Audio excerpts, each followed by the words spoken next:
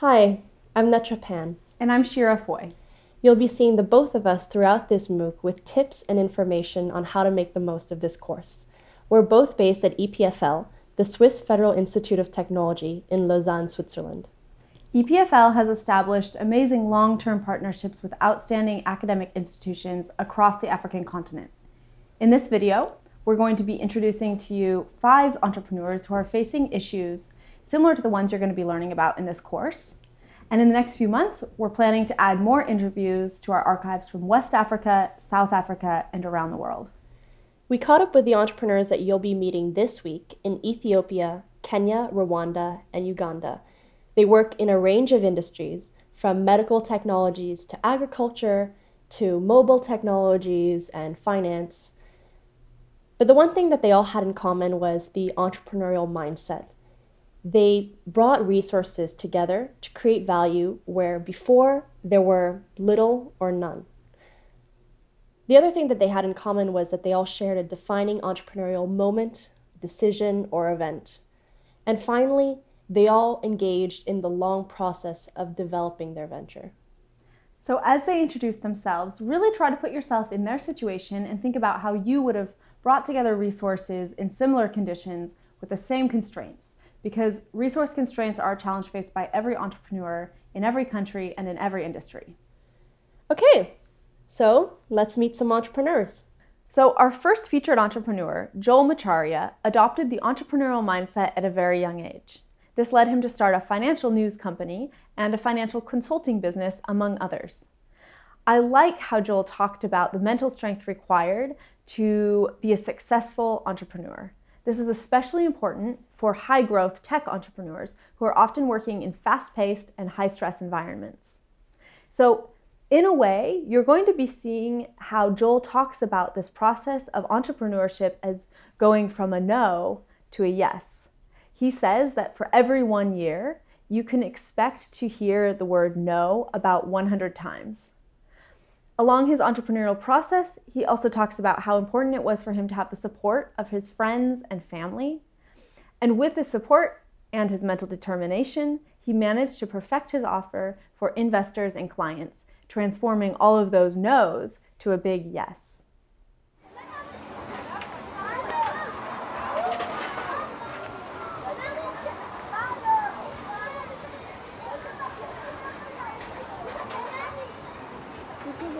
My name is Joel Macharia. I'm 28 years old.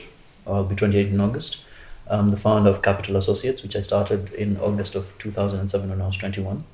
And Capital Associates is currently a financial consulting business focused on small businesses and helping them figure out how to manage their money, how to access capital, and just get to be proper businesses when it comes to running and handling their finances. On top of that, we're building an online platform that will allow retail investors, individuals, to invest in the Nairobi Stock Exchange, providing them with tools, tips, tutorials on how to get started and how to invest. That platform is called Abacus. Yes, from the old calculator. I started my interest in the financial markets in the Nairobi Securities Exchange, or the Stock Exchange as it was known. I started back when I was in high school. When in my last year, in my 4th form, we had a trip to the NSC, and I couldn't understand how people seemed to make money out of nothing, pieces of paper that was selling for some reason or the other at higher and higher prices. And I wasn't used to not understanding concepts, so it became an obsession, and I guess, I liked math, and this was something mathematical, or it felt very mathematical. And so in 2004, when I graduated from high school, actually after my KCSE, I went to the Nairobi Stock Exchange, and I asked them to give me an internship. I got a job doing data entry somewhere in the filing rooms and for records that were being digitized. But I felt like I wasn't learning anything. It didn't give me an opportunity to learn about how the market actually worked. So I left and I started to do my own research, and I'd spend all day in a cyber cafe, because back then 3G hadn't picked up. It was really expensive to get online on your phone. We didn't have WiMAX connections, we didn't have free Wi-Fi, we didn't have cable connections into the homes. So I'd, for 500 shillings, at a shilling a minute, I'd have a whole day's worth of surfing. And I'd go in and go to Investopedia. I still remember this. I loved Investopedia. and I'd copy a lot of their tutorials, explanations on how the market worked and how what was what, and I'd paste that onto a Word document and then save that and then go home and use that and read that all day. Or I'd read it and then go to the stock market or call a stockbroker and ask several questions. And I borrowed money from my dad to invest in the stock market when there was an IPO coming up, and the IPO did very well. I turned that into other investments because it went up. I sold my shares, and then instead of taking the money out, I started to buy other shares. And so my dad also, got interested, and he asked me to, take him through what I was doing, to teach him, and that's how I got started with teaching people around how to invest in the stock exchange. Between 2004, when I graduated from high school, and 2007, the market was on a tear. It was bull market, and it hit its highest peak in 2006. So it was the sexiest investment. That's where everybody wanted to put their money into. And so it was very easy for me. Sorry. It's okay. Yeah. It was very easy for me to get more and more people interested in learning. But what happened is they'd learn how the market worked, and the next thing they'd want is, they'd be like, here, okay, we understand how it is. Here's 100,000 shillings. Why don't you pick the shares? You know what? I'm a doctor. I have patients to deal with. I'll give you 100,000 shillings. Invest this for us. And that's why I started Capital Associates. It was ideally your partner in capital.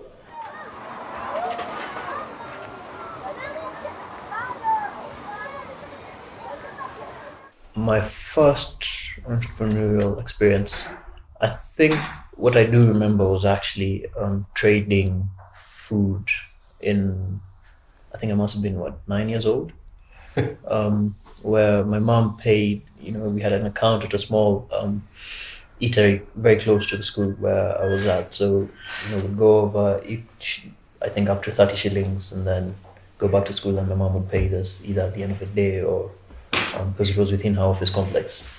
And I remember going in and taking chapatis, which is, some flat kind of bread, and going back with it to school and exchanging that. So I'd have 5 chapatis, and, I'd sell those in school. Or I'd trade one chapati with somebody who had rice, another one for somebody who had beans. So I had my meal, and then I'd sell the other 3 and buy sweets. I think that's the earliest I can remember. I do remember selling bread in high school, airtime. I mean, cell phones had just become the thing. I was a prefect in high school, so I kind of got away with a lot of things. So people brought me their cell phones to keep for them and charge, and just make sure they didn't get confiscated by the rest of the prefects.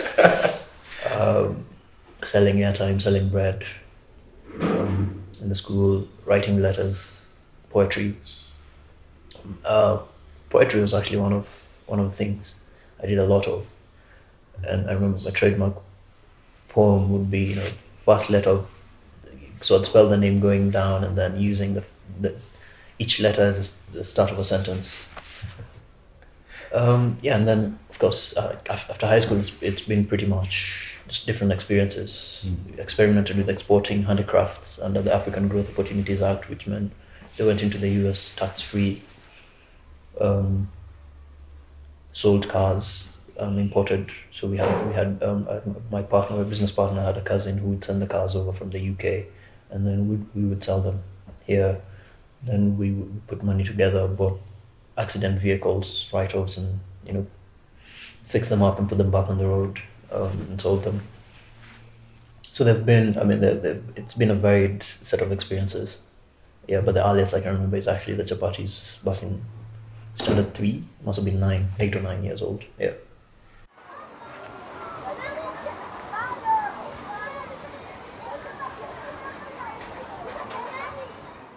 One of my favorite quotes is it says that entrepreneurship is living a few years of your life in a way most people won't, to live the rest of it in a way most people can't.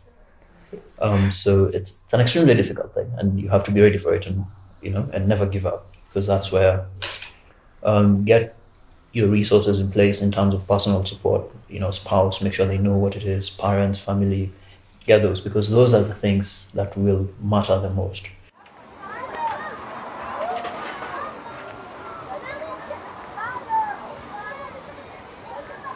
But an entrepreneur will get that person with the 8 hours in the day that they can sell, find five of them, find the funding to build an office, and then go out and get the business to make sure that all five have, and by pulling all this and paying all this costs, and then he's left with something on top of it, which is the profit. That role is a very solitary role. It's a very difficult role. It's a very, no's exceed yeses by a factor of 1 to 100. So for every 100, for every 1 yes, you'll probably need to go through 100 no's. So the thing you can do is to prepare yourself mentally, to realize that you need to keep your perspective. You need to always remember what you're looking for.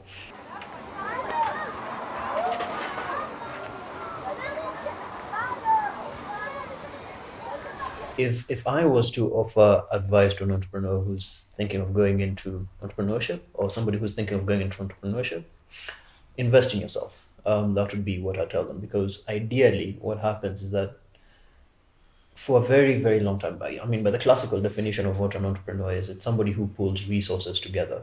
I know guys who have been in business 7 years, they have been researching 7 years. And they still haven't figured out whether to go, how to get started. Yeah, there'll never be a right time for anything. So you always get started now, make the decisions, be decisive, move forward, and then pick the results as they come in, then make the next decision. Yeah. Thank you very much. Many of you may be familiar with the serial entrepreneur Richard Branson. When asked by a journalist, "Why did you go into business?" Richard Branson says that he realized that he never actually wanted to go into business. He says he was just interested in creating things. Well, our next entrepreneur sounds a lot like Richard Branson. His name is Johannes Wadaje. Like Branson, Johannes wasn't fixated on the idea of going into business. He says he didn't even know what the word entrepreneur meant until very recently. Johannes simply brought resources together. This was medical information with a web platform, and then became medical services with mobile technology. Slowly but surely, Johannes brought resources together to create value. When he was feeling stretched, that's when he sought business partners and staff to help him sustain his venture. Another thing to listen for in Johannes' story is how he de-risked his venture along the way. At the beginning of an entrepreneurial process, the chance that a venture will fail is very high compared to the chances that it will succeed. Johannes says that in a developing country, the risks are even higher. That's why it's so important to develop your venture in a way that reduces risks. So let's switch it over to Johannes.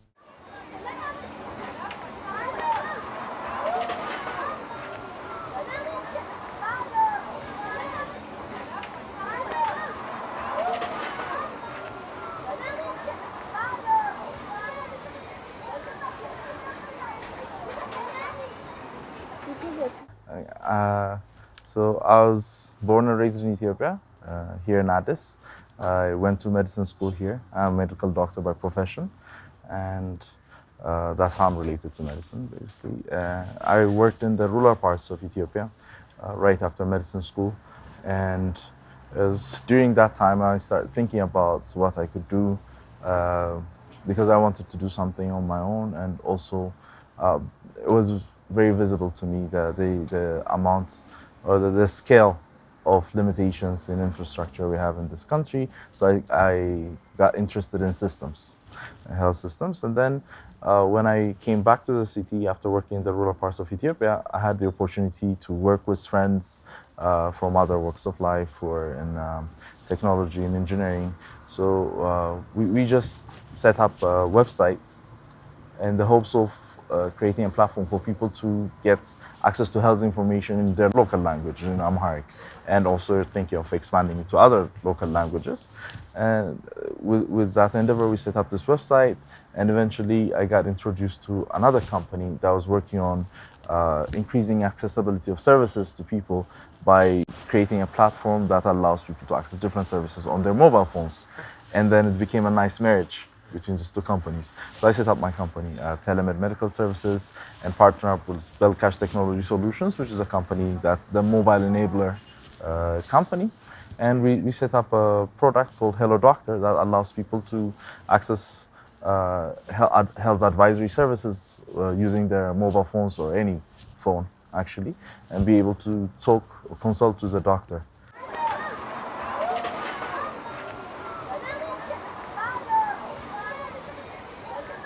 I actually learned that word very recently. But if you're asking me, yeah, I think it was when I was in high school and I saw people that I looked up to that were doing things, that started things. I kind of had the desire to also do something, or to start something. Yeah.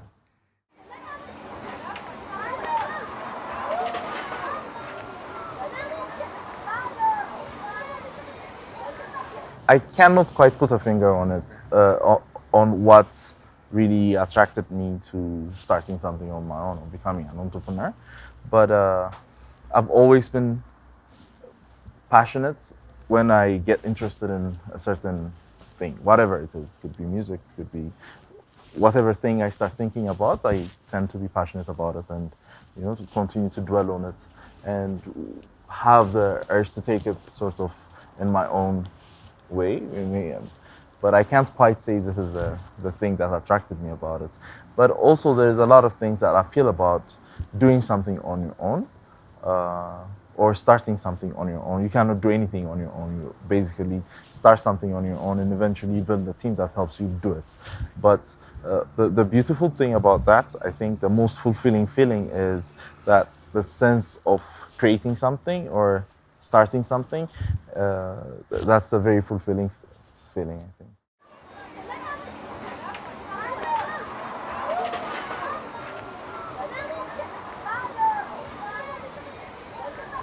I did feel I had the skills to be able to do what I had in mind, which was create a platform to be able to teach people or to help people access information. So that's why we were doing it when we started the website with friends.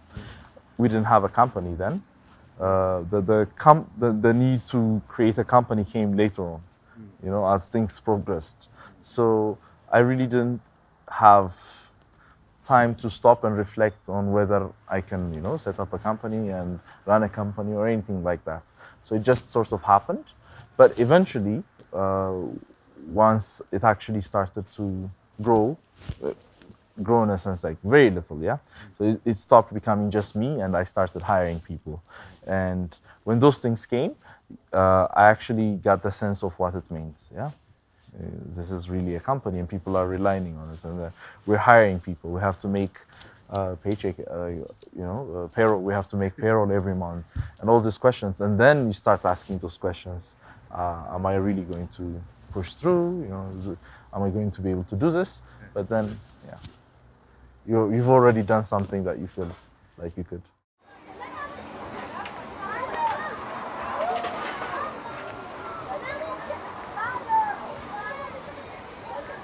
I guess from my experience, the advice I can give to aspiring entrepreneurs is to think of two things. One, that you may not be able to do it all on your own. That may mean that you have to give a share of your bread, but if you want to make things happen and get things moving, I think it's really smart to look into partnerships, and it really helps, not just in terms of getting things to roll out fast, not just in terms of lowering your initial costs, but it's also very helpful in terms of having a party. When you're doing good, your partner may be not doing well, and you're the one that's giving the push, and then vice versa. So in your bad days also, you have a partner that's saying, like, it has worked out well for us, so we'll come. So it sort of pushes each other, yeah? So to find the right marriage and always do things, make things easier. Whatever you can do by partnering and giving it to the right people to do it themselves and sharing, I think is a good strategy. Yeah? That has helped us. any developing country, I don't think it's very unique to Addis Ababa or Ethiopia. There's a lot of things that could taste your patience, Most developing countries are just starting to really make robust infrastructure when it comes to, especially if you're working in the IT sector, telecom services can be not so reliable at times and tricky, but it's important to understand that it won't stay like that. It's important to strategize for it, to sort of mitigate that risk from the outset. But that's one thing that's unique to functioning in an emerging market, I think, that we have had to deal with. So as we're growing, so is our telco industry. So we're sort of learning at the same time. But it's important, like I say, to be patient and understand and actually develop the relationship in that process, invest in the relationship. Yeah. Great. Thank you very much. You're welcome. Up next is an inspiring young woman named Clarisse Iribigiza, who started her company while still in university in the year 2010. This was a time when access to information was a big problem in Rwanda. On the other hand, high levels of mobile penetration, with over 90% of the population having access to mobile phones, presented a huge opportunity. With Hey Labs Limited, Clarisse created a content and feedback management application, first via SMS and now via smartphone applications. The system leveraged existing infrastructure by letting people receive new information on devices they already owned. Clarisse doesn't mention it here, but they actually lost one of Hey Labs' early clients when the client themselves lost their license to operate. This was a huge blow to her team's morale, as that particular client had brought a lot of optimism and income to the venture. Needless to say, Hey Labs recovered and has moved on. Clarisse's story shows just how unpredictable and exciting the entrepreneurial journey can be.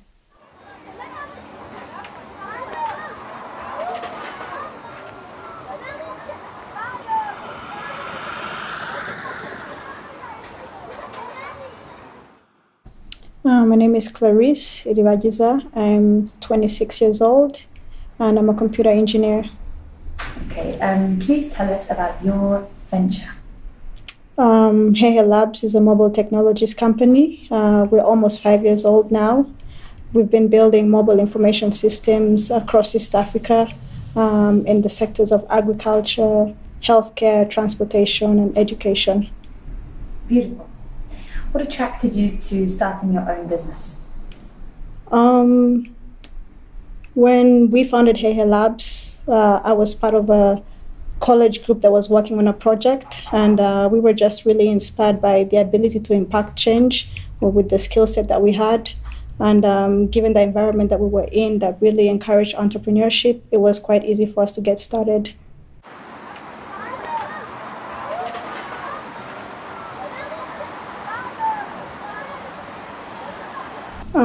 I never quite imagined myself becoming an entrepreneur in the context of founding a company.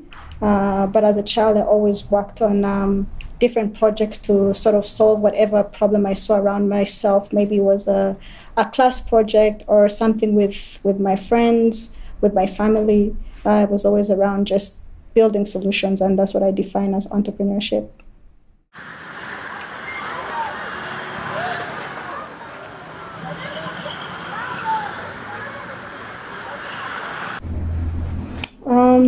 I would say that we're in the mobile technologies space because when it comes to information technologies, we believe that it's a great opportunity to connect people to information, and we know that information is empowering. When it comes to leveraging the mobile phone as a platform for delivering our services, I would say that it's as basic as the fact that a lot of Rwandans have access to a mobile device. Close to 70%. So it's pretty much the easiest way to get to the last man, to get the last mile when delivering the information that we need for people to access.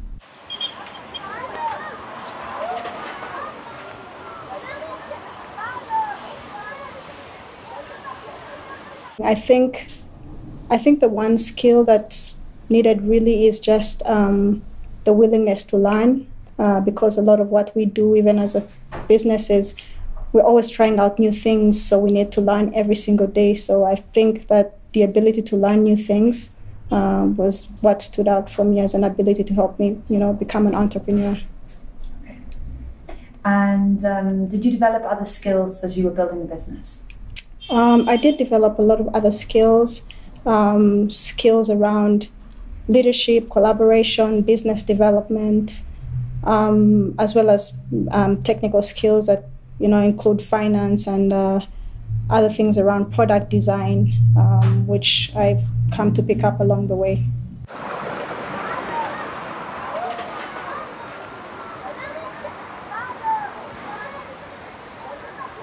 Did you face any challenges?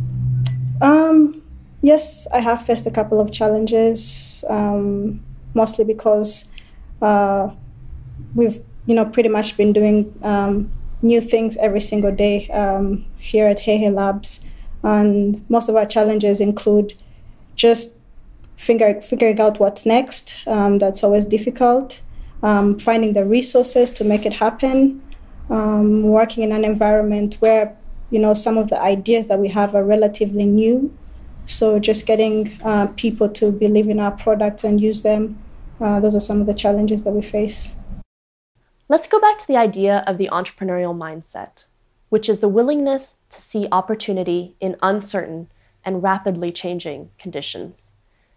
Stone Atwine, our next entrepreneur, will tell you about how he saw opportunity in a problem faced by his grandmother, the difficulty of receiving money. While others may have looked at the situation and seen bank fees, complex regulations as chaos, Stone and his team saw this area as representing a problem that needed to be solved and a problem that had a lot of value behind it. The interesting thing about the entrepreneurial mindset that Stone and his team exemplifies is that it's something that doesn't just happen at the beginning of the entrepreneurial process. It's something that you'll need throughout the experience. As Stone and his team developed the idea behind remit.ug, there were moments when he thought they should close shop. He says, "Okay guys, can we wrap this up?" Luckily, Stone and his team still saw value in what they were doing. They persevered, and they're still doing this today. An inspiration.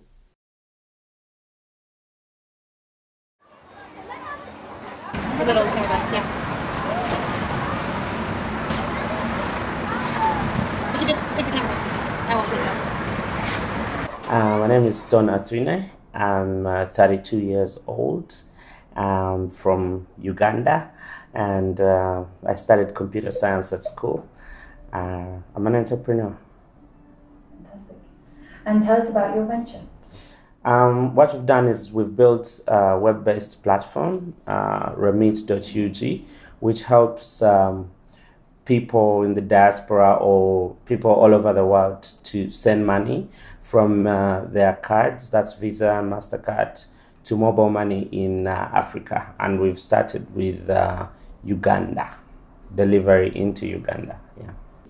Initially, I had this idea and to transfer money back home from the diaspora, from all over the world, and I noticed that there was the current system was broken in terms of it's very inconvenient and it's expensive. So I had this idea and I knew I couldn't do it alone. So initially I shared it with a friend of mine, Teddy Rouge. And at that point, I was living in Nairobi. I was working in Nairobi, and Teddy was living in Texas. So because he had all these connections with the diaspora, and he was working, doing work along those lines, I chose to tell him. What was interesting is when I told Teddy about my idea, he told me that he also had the same idea, and he was actually facing the same problems, the same challenges sending money home from the US. And he actually sent me his notes that he had drawn up from before. And basically we were both trying to do the same thing. So we said, okay, we're going to try and find some money and do this, but we shelved it a bit. Then at the beginning of 2013, I came back home from Nairobi to stay. And at that point, Teddy was also actually in Uganda. So one evening, I was hanging out talking to a guy. We were just talking about the local tech ecosystem. A friend of mine, another friend called Colin, and I told him, "Man, we want to do this. Me and Teddy, we want to do something along money transfer." And Colin was like, "Hey, we've actually been talking about this." So Colin has had this other gentleman, David, and they had also been planning on building something like this. Actually, they already had a prototype. So these are 4 people. All of us, just by coincidence, we talked about doing the same thing, and each of us has done work about it. So essentially, I called up Teddy that evening. We sat down, and 1 hour later, we had agreed to work together. So next week, the next week, we had registered the company and gotten everything done. And we continued and built a minimum viable product. And we've been testing, and now we are ready for the big time.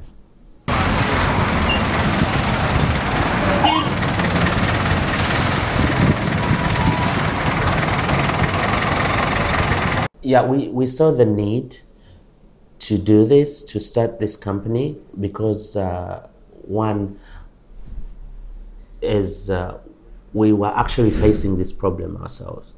Yeah, so then you sit down and think and say, in my case, I'm like, why is it so hard to send money to my grandmother? Shouldn't be this hard. So because I was in Nairobi, there was M-Pesa, and there was mobile money in Uganda. So the first thing was, how come these 2 networks can't talk, so I can't send this money as easy as when I'm in Uganda?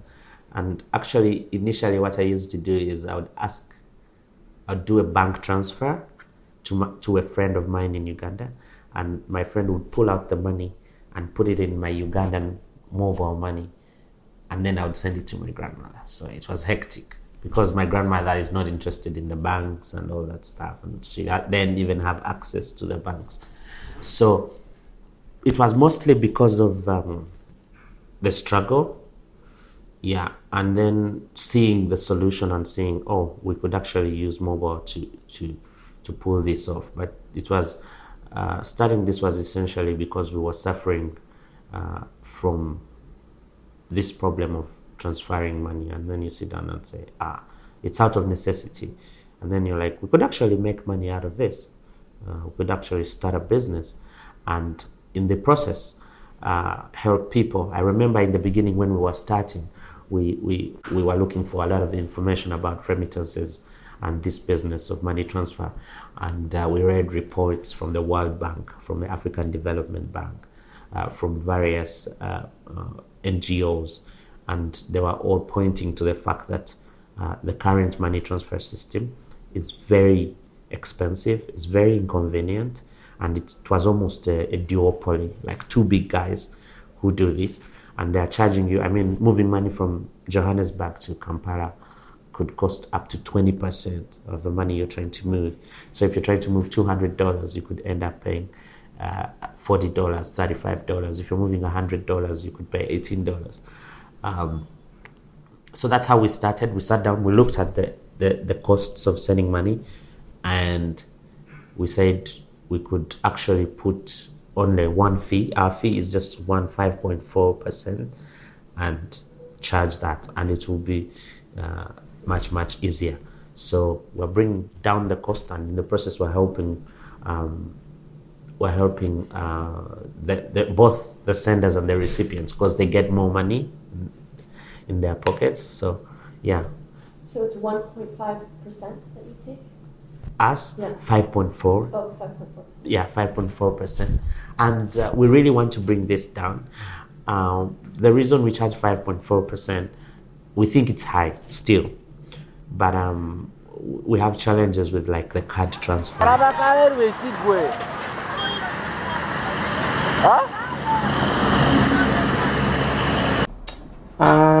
I'm not sure. I guess it was the need to solve problems that people I see every day face. But beyond that, right from when I was a young guy, I've always liked building things. I like building things. So building things and solving problems. So I guess it's something that I was meant to do. And the need to help people.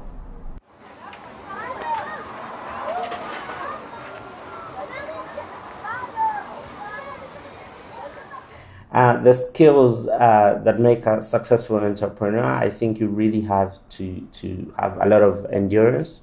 You have to have grit, not give up. You have to understand what you're doing. You have to manage people. That's very critical. But I guess the most important thing is the need to build things and the capacity to stay the course and make sure you follow through all the time, every time.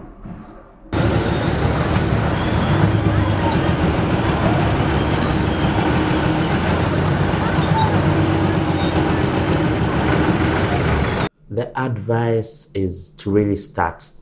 You have to go out there, you have to start. I mean, you could have all these plans and dreams, but if you don't take the first step of starting, then you're not going to go anywhere. So it is go out there, start, try and see. You're going to fail, maybe you're going to do it, but you have to start.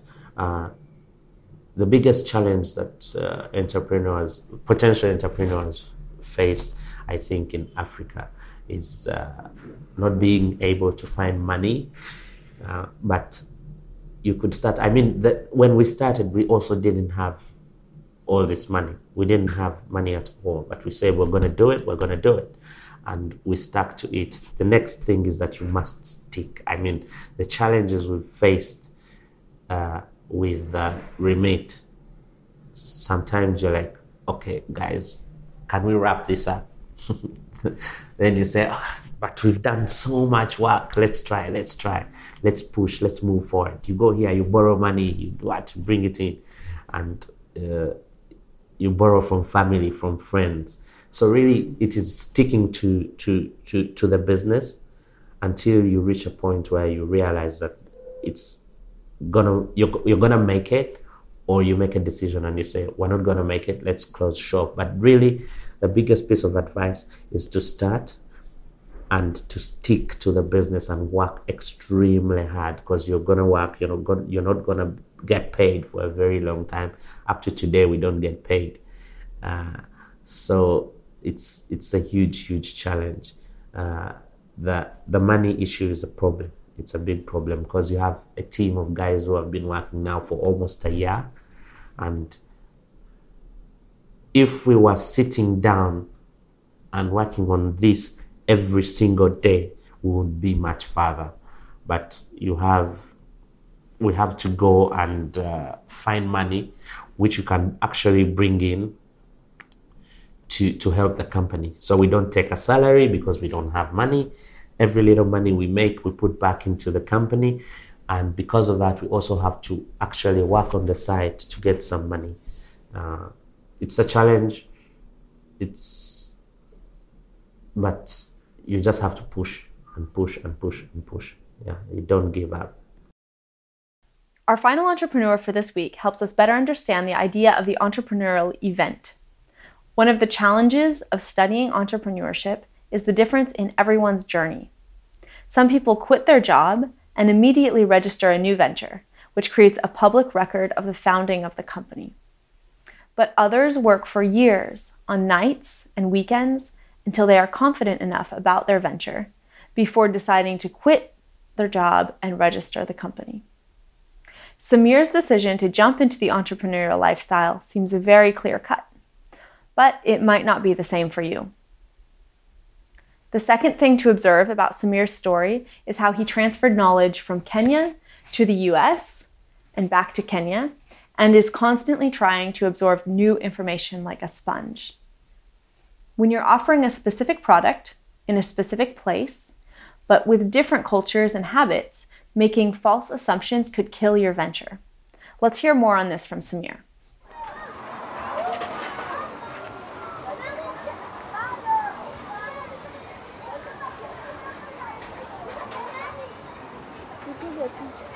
My name is Samir Ibrahim. I'm 26 and my background is in finance and international business. Perfect. Tell us about your venture. Our company is called Sun Culture. We design and sell solar-powered irrigation systems that make it cheaper and easier for farmers to grow food. We got here in May 2013. Actually, we got here in October 2012. And since then, we have helped hundreds of farmers across Kenya improve their lives by growing high-value fresh fruits and vegetables.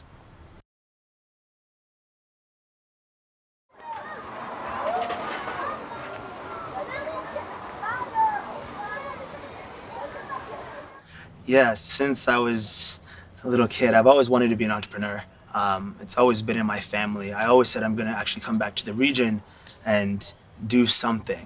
I'd always, sold books on the side, or little ventures on the side while you're young is always fun. Sort of like the stereotypical lemonade stand. So it's exciting to have made that move, and it's very fulfilling.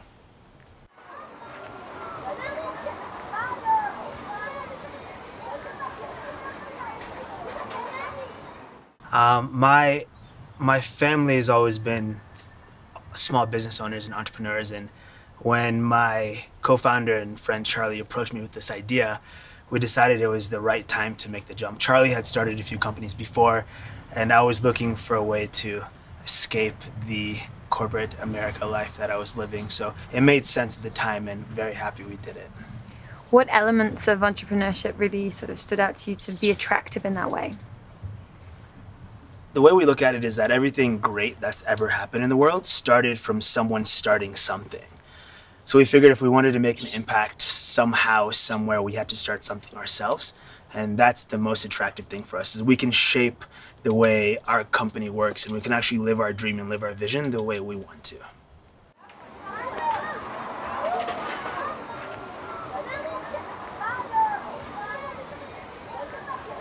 I don't think anybody knows if they have the right skills to become an entrepreneur. I don't know if there's a skill set that makes a good entrepreneur or makes a bad entrepreneur, but I think having a mindset where no matter what, you're not going to give up, that resilience is something that everyone should have.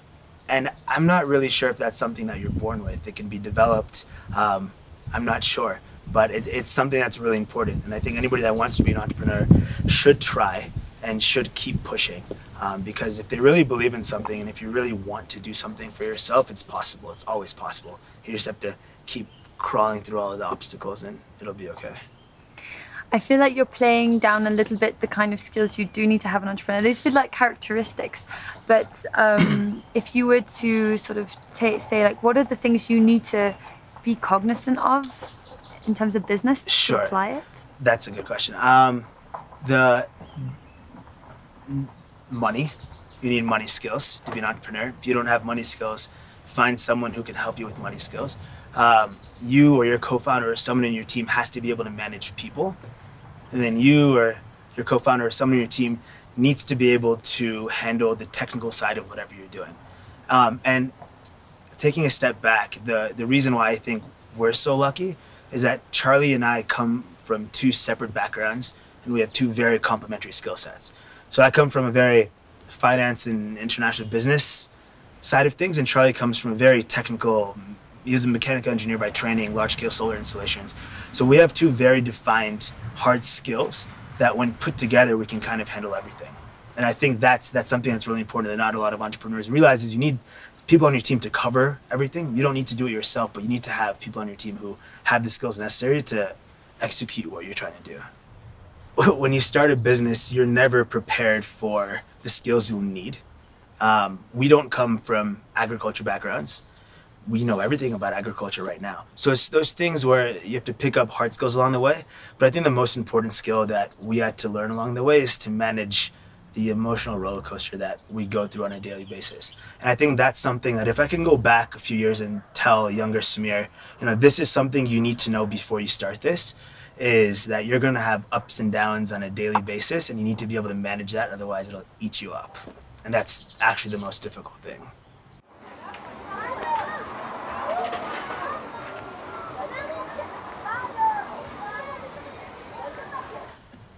There have been a lot of challenges we've had to face. And like I said, the number one challenge, and one that you're not always prepared for, is how to manage your own psychological state. Being an entrepreneur is difficult. It's also very fulfilling. Every decision you make directly impacts the success of your company. Every decision you make directly affects a lot of other people as well. So there's a lot of stress, but if you can manage the stress and come to an understanding that you're doing this because you love it, and remind yourself that sometimes, then it's extremely fulfilling. And that's the most difficult thing, but we're learning to manage it better is very helpful. Yeah. No other challenges? There are a lot of other challenges. Starting a company with a new technology in a fairly nascent agriculture market in a new country for us comes with a lot of challenges. Dealing with the operational nuances of bringing goods in through the port, or understanding tax law, understanding what drives people in a different part of the world, understanding how to sell to people in different parts of the world. It's tough. And just, you can't come to a new country and launch a business with the same mentality that you had when you were back where you were before. We were in New York. People are different. What drives people is different.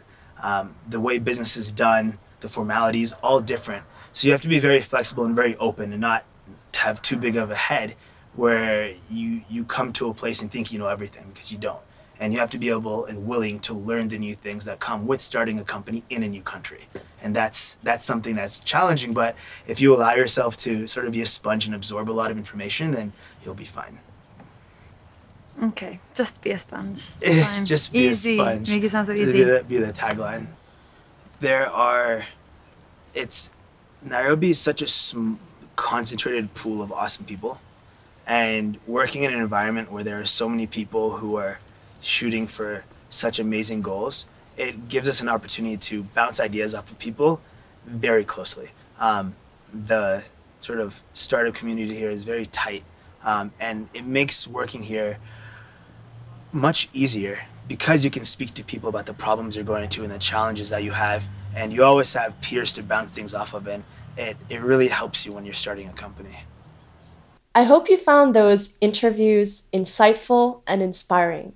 In the next few weeks, we'll be talking with more entrepreneurs about their experiences with opportunity identification, understanding their customer, marketing, fundraising, and growing their venture.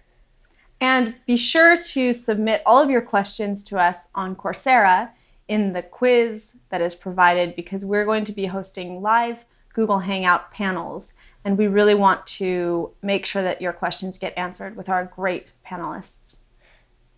Thanks very much. All the information is on the slide.